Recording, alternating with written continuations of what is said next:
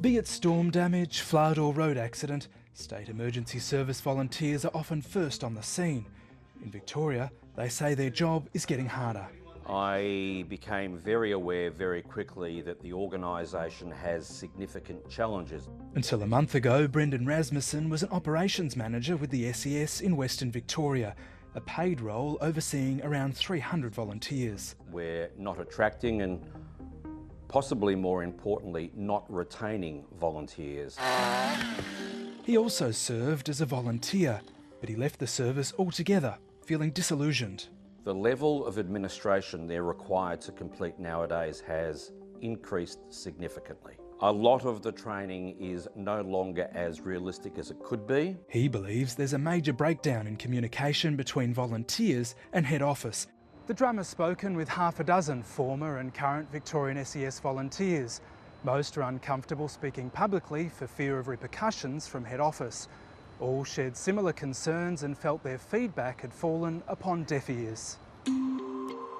Giorgio Palmieri was an SES volunteer and former unit controller in southwest Victoria.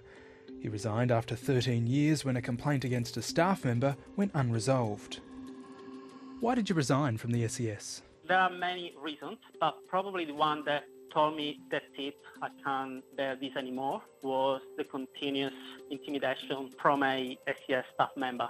And did you make a formal complaint with management? Absolutely, yes. Yeah. I did on several occasions and nothing was done.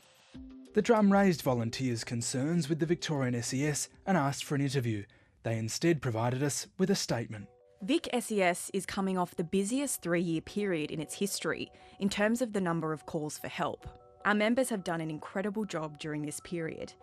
The diversity in the roles we perform and the increased volume of recent responses is a reason for some attrition and why several units are currently seeking more members. Following an independent review in 2021 into our workplace culture, Vic SES launched its Be Heard program. This includes a streamlined process for members to receive confidential support and advice, as well as clear avenues and support to lodge concerns or complaints.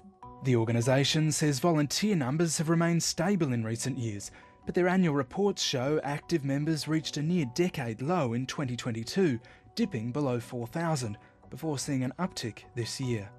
Those speaking out say regional communities are being hit particularly hard by volunteer shortfalls. If we don't address the current issues, we're going to end up with a smaller emergency service, less competence, and the people that we could be saving, frankly, we won't.